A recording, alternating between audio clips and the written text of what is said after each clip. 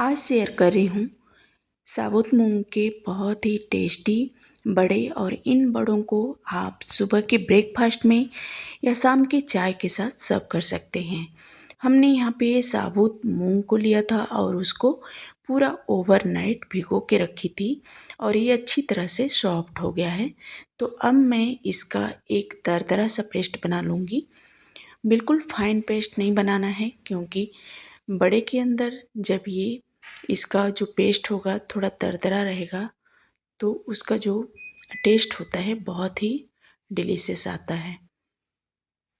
तो अब मैं ले ली हूँ मिक्सी का जार और थोड़ा थोड़ा करके और इसको मैं पीस लूँगी। तो हमने यहाँ पे मूंग को पीस लिया है और देखिए इस तरह से ही इसको थोड़ा दरदरा रखना है। तो हमने यहाँ पे इसको पीस के तैयार कर लिया है और इसी प्रोसेस में जो बाकी के मूंग हैं साबुत मूंग उसको भी पीस के तैयार कर लूँगी। आप चाहें तो इस रेसिपी को मूंग की दाल से भी बना सकते हैं, लेकिन जब आप साबुत मूंग को भिगो के और इस रेसिपी को बनाएंगे तो ये बहुत ही स्वादिष्ट बन के तैयार होगा। तो हमने यहाँ पे मूंग को पीस लिया है और अब मैं चलती हूँ इसके कुछ मसाले तैयार कर लेती हूँ, जिसमें ली हूँ लहसुन की कुछ कलियाँ और 1 इंच अदरक का टुकड़ा, 4 से 5 हरी मिर्च। और अब मैं इसमें डाल रही हूँ 1 चम्मच साबुत धनिया और 1 चम्मच यहाँ पे डाल रही हूँ सौंफ और 1 चम्मच डाल रही हूँ जीरा। और इन सभी इंग्रेडिएंट्स का एक दरदरा सा पेस्ट तैयार कर लूँगी। और कुछ काली मिर्च डाली हूँ 8 से 10। इन मसाले के साथ जब इस बड़े को आप बनाएंगे मूंग दाल के बड़े को तो ये बहुत ही स्वादिष्ट बनेंगे। तो हमने यहाँ पे इसका एक दरदरा सा पाउडर के फॉर्म में बना लिया है और अब मैं इन मसालों को ये जो मूंग का पेस्ट है इसमें डाल दूँगी और इन मसालों को इसके अंदर अच्छी तरह से मिक्स कर लूँगी। तो अब मैं इसमें डाल रही हूँ 1 छोटी चम्मच हल्दी पाउडर और इसमें 1 छोटी चम्मच में डाल रही हूँ कलौंजी। इससे बहुत अच्छा फ्लेवर आता है। और 1 चम्मच मैं यहाँ पे डाल रही हूँ चिली फ्लेक्स। अगर जो आपके पास चिली फ्लेक्स है तो डालिए, क्योंकि ये जो नाश्ता है, जो रेसिपी है, ये थोड़ा चटपटा ही बनती है, इसलिए हमने यहाँ पे चिली फ्लेक्स का इस्तेमाल किया है। आप चाहें तो कश्मीरी लाल मिर्च का भी इस्तेमाल कर सकते हैं। और बाइंडिंग के लिए मैं इसमें डाली हूँ 1 कप बेसन और 2 बड़े चम्मच चावल का आटा। अगर जो आपके पास चावल का आटा नहीं है तो आप सिर्फ बेसन से भी बना सकते हैं। और स्वाद के अनुसार नमक। और अब मैं इसमें डाल रही हूँ बारीक कटी हुई हरी धनिया और इन सभी इंग्रेडिएंट्स को अच्छी तरह से मिक्स कर लूँगी। मिक्स करते समय इसमें पानी का इस्तेमाल बिल्कुल ही नहीं करना है। इसका जो मिक्सचर है बिल्कुल सख्त होना चाहिए, नहीं तो अगर जो आप पानी का इस्तेमाल करेंगे तो जो आपकी टिक्कियाँ हैं बिल्कुल चिपचिपी सी बन जाएंगी। इसलिए इस बात का ख्याल रखें कि जब इस पेस्ट को तैयार करें तो बिल्कुल सूखा ही पीसना है, उसमें भी पानी नहीं डालना है। और जब आप इसकी बाइंडिंग कर रहे हैं, इसको तैयार कर रहे हैं, उसमें भी पानी का इस्तेमाल नहीं करना है।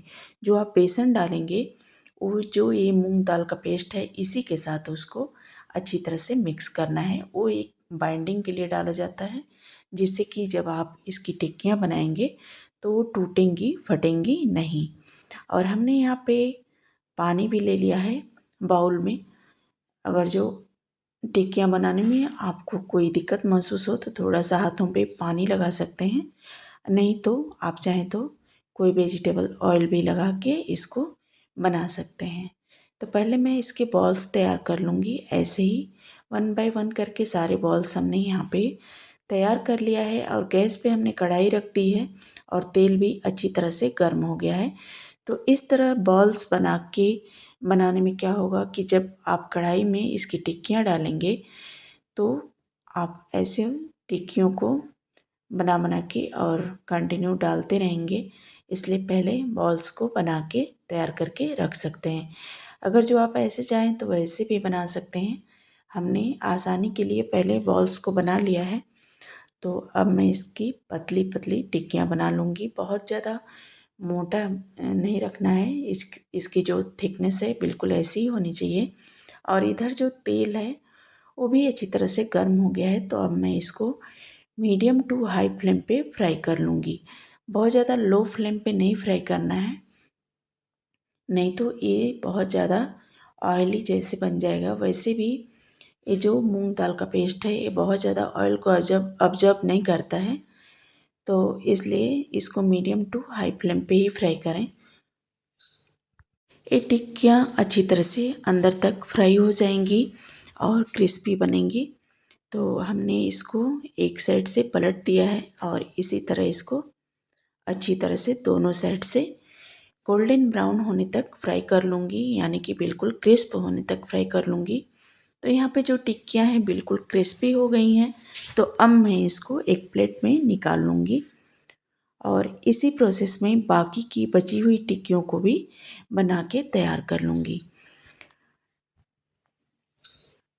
तो इसी तरह से पतला पतला करते हुए और गोल गोल शेप में इन टिक्कियों को बनाते जाऊंगी। और यहाँ पे हमने अपनी सारी टिक्कियाँ बना के तैयार कर ली है।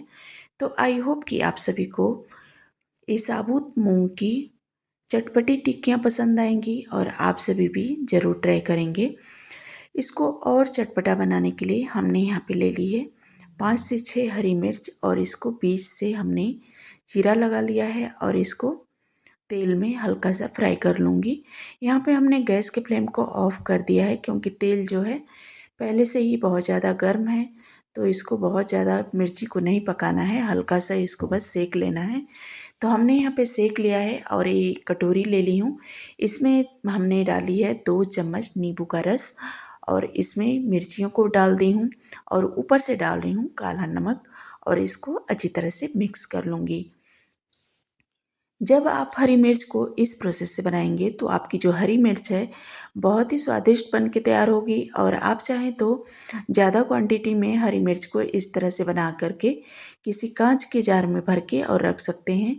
और जब भी आप किसी कोई पकौड़ा बना रहे हैं या पूड़ी पराठा किसी भी रेसिपी के साथ में आप इन मिर्चियों को सर्व कर सकते हैं।